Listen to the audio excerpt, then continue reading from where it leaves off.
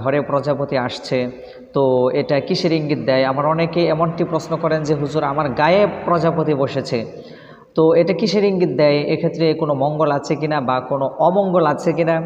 আবার অনেকে প্রশ্ন করেন যে হুজুর রাতের বেলা নখ কাটা যাবে কিনা?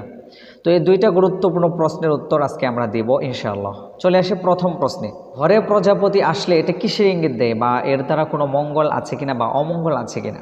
দেখুন, আমরা এটা অনেকেই হয়তোবা শুনেছি যে যদি ঘরে প্রজাপতি আসে আর প্রজাপতির গায়ের রং যদি হয় লাল রং, তাহলে ধারণা করা হয় যে ওই প্রজাপতি নাকি কোনো বিবাহের সংবাদ নিয়ে আসছে, মানে ওই ঘরের ভিতরে অচিরে কোনো বিবাহ সংঘটিত হবে, ছেলে হোক কিংবা মেয়ে হোক, তো তাদের বিবাহের একটা ব্যবস্থা হয়ে যাবে।